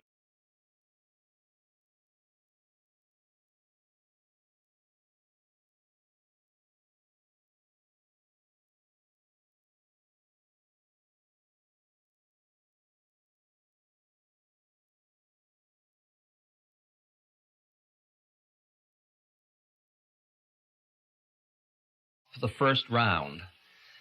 Some people have plateaued. They see the finite limits of the game, and they're starting to go for another plane. They're starting the second level up. If they are all surrounded with the people on the first rise, everybody doesn't understand what they're doing. They get no support for it at all. What's ideal is if you're surrounded with people who are at this next level with you, and ideally even some people who finish that one are on another tack even, that can keep doing that. That's what teachers are about, and gurus and all that idea of somebody that's gone beyond that and is sort of helping you not get caught, mirroring your caughtness back to you.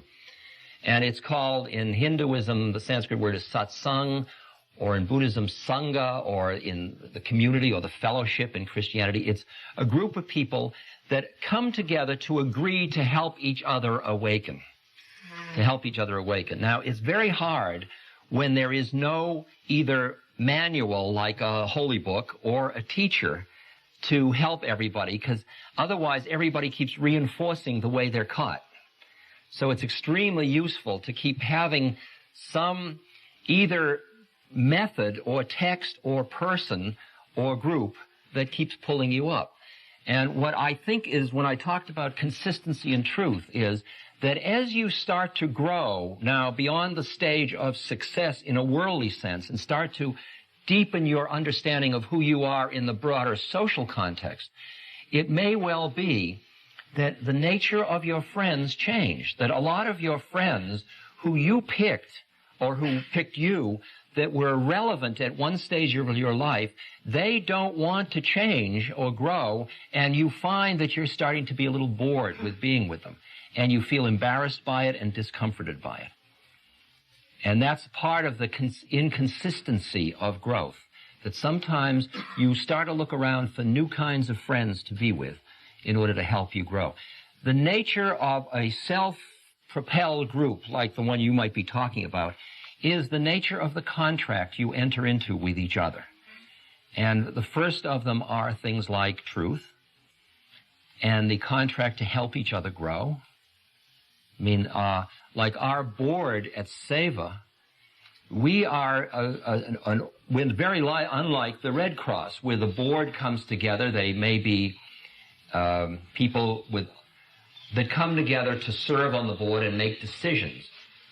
We come together in order to work on ourselves, in order to be the instrument of service, rather than just stand back and do service. So the contract with each other is, would you all help me awaken? So that when one of us gets caught, the others are there to help each other. That's quite a contract between human beings. So you examine the nature of what the group is together for. And if the group has some sense of where it's going in terms of what freedom is and what quietness of mind is to increase productivity, increase satisfaction, increase having some control and mastery, control over your own life, not just control of the environment, control of your own life, so you free yourself from your own addictions, then what you really need is a contract that allows you to help each other. And that has to be spelled out. And it's risky. It's scary. Because most people don't want truth from each other. They say, I won't wake you, you don't wake me. Questions? Yes. I know I'm interested in doing some things with some organizations or even going for a period of time somewhere and working or studying, doing both, like working with silver or something like that, which I don't know if it's appropriate. How does one find out about what organizations there are available to work through, that you might be able to go to places where there are needs to actually be there with people? You're talking about organizations, opportunities for your own growth? And I'm talking about opportunities. Well, it would be for my own growth, but it would also be, say, like going to some place like India to work with an organization like, is it SEVA, or with some of the other organizations? How do we find out? Where do we find out which ones are appropriate for you? That actually isn't as easy a question as all that. It would be nice if there were a huge computer network that would allow you to feed in, I have this many hours or days or months, and I have these skills and these talents, and out would come your airplane ticket. That's what I like. I know, we all like it. But what we have is quite a hit or miss program. I mean, what you do is you look at what your skills are, and you lead with your skills, because if you're going, the vehicle through which you are there is your skill. If you're an administrator, you've got those skills. You are a being that has a certain skill, but you don't sell being, you sell skill, and then your skill meets another person with their skill, and then together you be. That's what the process is. So, like somebody needs help, and you're a helper of a certain kind, you come together. The vehicle is helping. But the nature of what the juice is you just meeting as fellow beings behind the helper-helped role. See, this whole book is how not to get trapped in being a helper and to help. And one of the, I think once you do that, you look around for the professional groups that are connected with your skill, and then you explore with them where the opportunities are, like in education. There are books this thick of educational opportunities for teaching in developing countries. Nursing, administrative, things like that. Unskilled labor, though, I mean, developing countries have a glut of just that. And when you're busy, like SEVA is busy empowering the Nepalese, not sending in Westerners to do the jobs. So we're busy training Nepalese doctors and training ophthalmic assistants and getting the Nepalese to do the work so that when we leave, they are more powerful than when we came in, not impoverished. So we are not a resource for sending people to developing countries. So you've got to hear whether the role you're going to play. See, it's interesting whether your role in relation to other human beings empowers them and frees them or entraps them. And there are ways of doing good for other people that actually diminishes them in your act of doing good. It's a very interesting thing that if you are getting a rush off doing good, if you're getting a sense of righteousness from being a do-gooder, you're doing good, the person you do good to has to feel the effect of that. And they feel somewhat. It's interesting. In the old days, I was a psychotherapist in a previous life. And I needed to be a therapist. So I was identified with being a psychotherapist. The result was that the person in the room had to be the patient. If you can hear that. And my need to be a therapist kept them being the patient. And in fact, now as I look back, the horror is that I actually punished them when they got better because they didn't need me as much and I needed to be needed. I mean, that was my problem. And it's the same thing that if you need to be identified with your role for your own adequacy, what you do is tend to force other people into symbiotic or complementary roles. and you don't let them out of them. And then you only meet in the roles. You don't meet in the space behind the role. Now, when I'm with somebody in a role, I may be helping somebody, like I work with AIDS patients, and I may be going in and holding somebody or changing their sheets or whatever I do with somebody. My vehicle is doing the stuff. I'm here.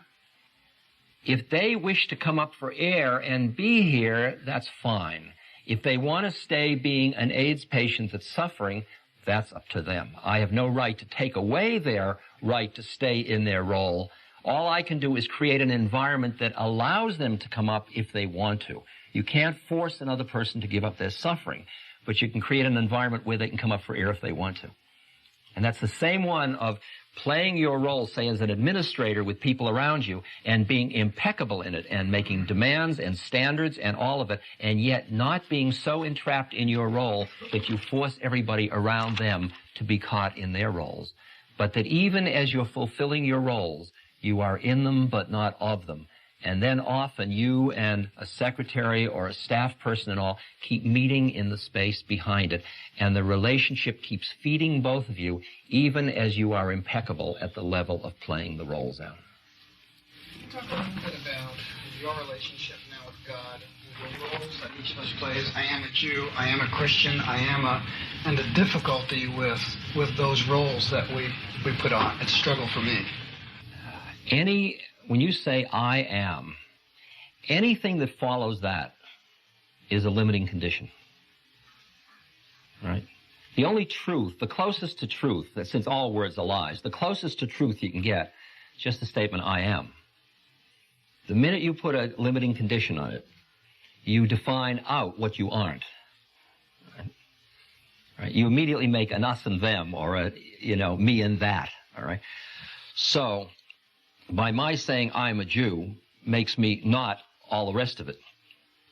And then I say, but I was born a Jew. What does that mean?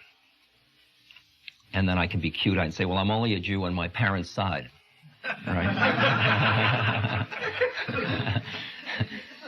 And I hear that from my point of view, what I'm trying to do is to learn the lessons of this birth. I'm trying to learn that everything that is on my plate has been given to me as a curriculum through which I can become free. That's the way I see the universe. I'm giving you the advanced course right now, but that's roughly it. So that everything, including the fact that my father was this, my mother died this way, that I'm bald, that I this, that, all my neuroses, they are all part of this curriculum that is offered to me that I can use through which I can awaken. Now, sometimes role identities, if you push away a role identity prematurely, it still has you. For example, in the early days, I just wanted to get high all the time. I wanted to go and be in La La Land. I wanted to be in the one. The hell with all these individual differences. I didn't like who I was in individual difference land, so I wanted to be out there. I kept trying to get high all the time. Right? And then I saw that that was a trap. I was pushing away something, and as long as you try to push something away, it's got you. It's like your hand sticks to it. See, and the secret of all the transmissions are attachments or aversions. Both of them catch you. I mean, one of the highest teachings is the third Chinese patriarch of Zen that starts out with a line that you immediately, I only get to give you one line for you to say, oh, you're not ready for that yet. It says, the great way is not difficult, meaning the great way, the true understanding, the deepest freedom. The great way is not difficult for those who have no preferences. When you've got that one, let me know, and I'll give you the next line. It says, when love and hate are both absent, everything becomes clear and undisguised, but make the slightest distinction, and heaven and earth are set infinitely apart. And what you hear is that as long as you identify with anything, this versus that, as long as you push away your humanity to hold on to your divinity, as long as you grab your humanity and push away your divinity, it's got you. You don't see the truth of things. They say in the mystic literature, truth waits for eyes unclouded by longing. As long as you want anything, you only see the outward container. As long as you identify with any thing or group, you've got an agenda. You're trying to protect it. If you say, I am a Christian, you're busy trying to protect that definition. You say, I was raised a Christian, and Jesus has got one of the most brilliant teachings of just what we're talking about today. I mean, what a mind-blowing teaching. He comes and he says, look, I'm taking a human birth just like you, and I'm just going to show you the truth of the fact that you aren't who you think you are. Watch. I'll go and I'll just be like you, and then people will scorn me. Now, that would freak you because you'd say, loss, shame is terrible. They'll shame me and I'll still be here. You say, well, shame's one thing, but your body is your big deal. Go ahead, I'll be crucified, and I'll drop back in 3 days and show you that isn't it either. Can you imagine a statement? I'm offering my life to show you you aren't who you think you are, so you can be free if you believe that I just did what I did. What a statement. Now, you can appreciate that statement of the Christ consciousness coming down in a form and giving that teaching.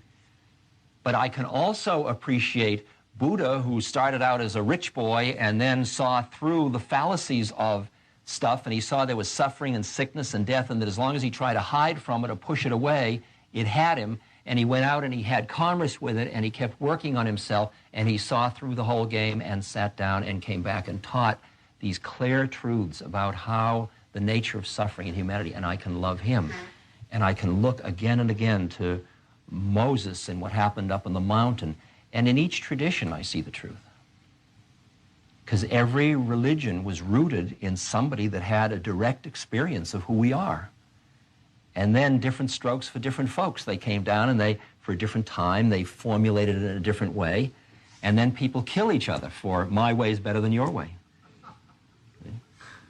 And it's interesting to understand the universality of the deepest truth and yet honor your form. I mean, I think my guru, who was a Hindu guru, used to say to most Westerners, Christ is your guru. Christ is alive and well in your heart if you will allow him to be, and he'll guide you. And I think that's true. Now, and I listen in each religion to find that form that allows me to touch that deepest truth. It turns out that in Western religions, most of the exoteric component of the religion is not designed to awaken you. It's designed to keep you from causing too much trouble to yourself and to everybody else. And when you start to awaken, then you go into the esoteric components like Gnostic Christianity or the Kabbalah in Judaism or, the Vedic teachings in Hinduism, stuff like that. Questions? Last time I heard you, this time you talked about viewing yourself, and then the last time you mentioned that there was a second viewer of the viewer. The developing of the witness that notices your game movements, your life movements, it's one part of your mind noticing another part of your mind. That's only halfway home. If you're going to go the full journey, then ultimately, this is a very tricky discipline to do it. Your mind turns in and observes itself observing, because the observing self is just another part of the mind. And then at that point, if your mind is disciplined enough to do that, you go through a doorway, and then you come into the space where you are no longer in your thinking mind. You are behind your thinking mind, and that's the thing that Greenspan was talking about saying awareness is below conscious intellect, is infinite and equal in every human being, perhaps in every creature. That's the one. And that's the one where you are no longer witnessing yourself. There's no more self-consciousness. You just are the thing itself. You just are the act. You are the washing the dish. You are the driving of the car. You're not thinking, I am driving the car.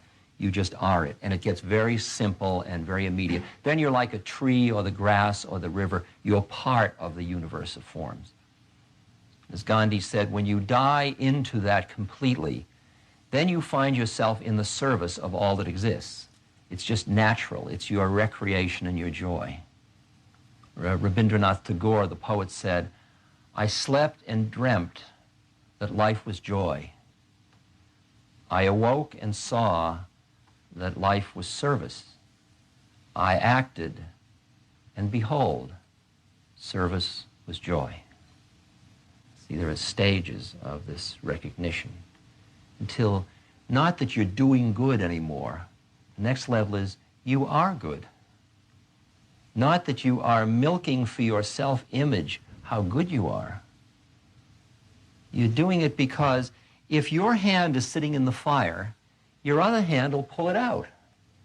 And this hand doesn't say to this one doesn't say to this one, thank you, because they're both part of the same thing. I've been struggling with in my lectures, trying to deal with this issue of looking, the description I describe is that I was on a beach in Marin and I was playing Frisbee, which is a frivolous game, right? Frivolous Frisbee. Sunlight, it was a beautiful day, and I was playing Frisbee. And as I was about to throw the Frisbee, into my mind came the inscription that is over Gandhi's tomb.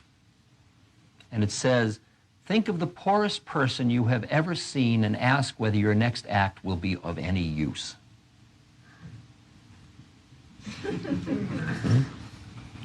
Do you throw the Frisbee or don't you? See, what you and I do most of the time is we have little category compartments in our head. Well, I've done good, now I can play golf. And when I'm playing golf, I don't really want to think about those starving people because they'll ruin my golf afternoon. But now you call me and you say there are blind in Nepal, I'd like to help. And then you get a good feeling about yourself, and then after 3 pounds of good feeling, you can have, 2 ounces of pleasure. And you got we have these very subtle ways of playing, of compartmentalizing our life. But I'll tell you, there is another level to play the game from. Because if you think that your happiness can be had through denial of something else, you've got to realize that part of your energy is involved in that denial process, and it's not free energy. And there is another level where you have gone out and you have what's called embraced it all into yourself, and there is the poverty and the suffering and the joy and the pleasure, and there you experience your own unique role in being part of an incredibly affluent society that has tremendous resources to work with. And instead of turning away to grab that and then going back and then turning away to grab that, you embrace it all, and then you do what you do. And you hear that your acts can't be done by a rule book, and sometimes it involves playing Frisbee, and sometimes it involves service. But no longer are you denying, you're allowing. You're allowing and appreciating, because you're hearing the unique part you have to play in the total structure of the dance, of the game of life. And you're just playing your part the way an oak tree does or an elm tree does. To make believe you're not part of an affluent culture is dishonest. But to make believe there aren't developing countries where there are people at this moment starving and blind is also dishonest. And finally, you have what they describe in a smile on a Buddhist statue, the smile of unbearable compassion. You bear what's unbearable. There is so much suffering, and it's all us. See? You go up in your consciousness, you see we're all us, and then you come down and you say, but it's my television set. Or in Islam, they say, trust in Allah, but tie your camel. And you learn that you have to be impeccable on every plane. That you can't be clean out here with the one and sloppy down here. From a long time, I was helping my audiences get out there. And then I looked, and there were a lot of audiences out there in La La Land. And my teachings were, learn your zip code, get your act together, get a job. Grounding people. And you find half the audience you're trying to say, go, fly, dance, play, and the other you say, come on down and get it together. Because finally, we have to have it all. If we're going to honor our humanity fully, we've got to honor our divinity, our humanity. We've got to honor that we are part of the one and live it, and we are also separate. That we have fears and pain and grief out of our separateness, and we also have absolutely safety and invulnerability out of our oneness. And you keep learning that and learning it, and you study books that help you understand that. You listen to tapes. You come to gatherings like this. You examine, you explore your own silence. You start to quiet your mind. You start to look to cultivate what is that quality of softness that allows me to be part of the universe rather than separate from it. This all becomes part of your agenda and finally part of your bottom line. One more. One more. In your 5 years since some of us in here have seen you before, are you finding there any change in our culture? It's business culture primarily. Are businesses, business people more open to looking and searching and maybe questioning the values that we've had and the roles that we've been in? There are some very interesting effects of the immediacy of information in the culture. The information facility that technology has given us has changed us in some ways. For example, the immediacy of appreciating the what's called the global village, or the fact of everybody's presence, and the immediacy of suffering. I'll list the things. The bomb, which means the presence of the potential of not living. So you've got to live with death presently, immediately. Communication, which has changed our natures of time and space because of the immediacy of everything. Transportation, mobility, which has changed the nature of space and time also. Things like terrorism, which has increased the anxiety that comes with an anarchic system. The economic instability of debts and debt structure, and the fact that the culture, the business community particularly, is playing paper games with money further and further out, so that there is less stability, less rootedness in the way the game is being played now. All of these overdetermines changes in consciousness of the culture. They all contribute to changing the name of the game. So that, for example, what Einstein did to physics, to Newton, see, when I grew up, I took Newtonian physics in school, and I was told that Newtonian physics was absolutely true. I mean, I remember, it seemed like a few years ago, and then Einstein came along and he said, well, it's relatively true depending on where you're standing. Now, Einsteinian physics is taught, and everybody assumes that, and it changed the whole game. It took what I was taught was as absolute reality, and it made it relative reality. Didn't make Newton a liar. It just made him relatively true rather than absolutely true.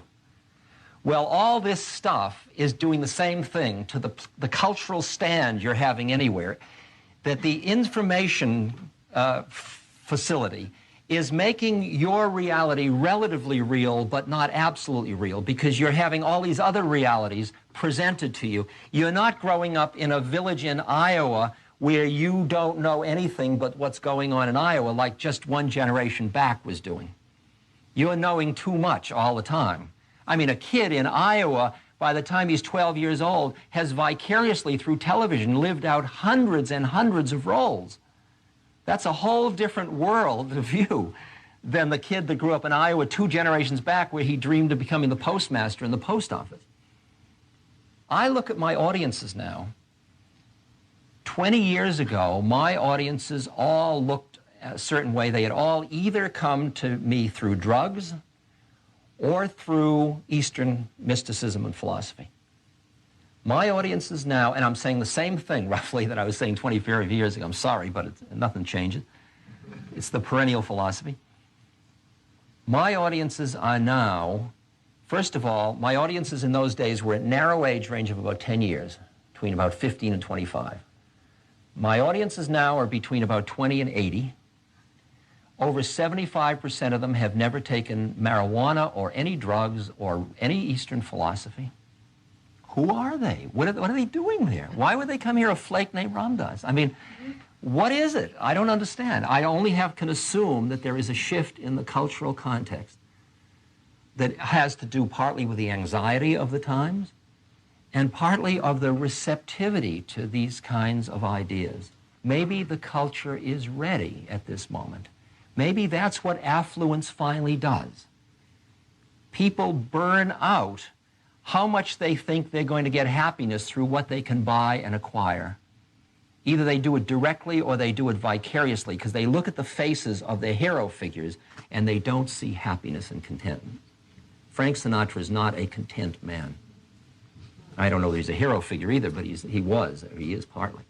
But that's the problem, that we are seeing the limits of our own culture as a certain mythic culture. And that limit that is becoming visible through our hero figures writ large on television, so it's Dallas and Dynasty, and that kind of unhappy meanness and sadness and greed and fear that's involved in those kinds of shows, and those are our big images, that makes us ripe. For the next step of a journey, there has to be some despair. There has to be a realizing of the limits of one level before you will ask the next questions, because it's threatening to even allow that there is a meta system when you're still trying to milk the initial system. Okay?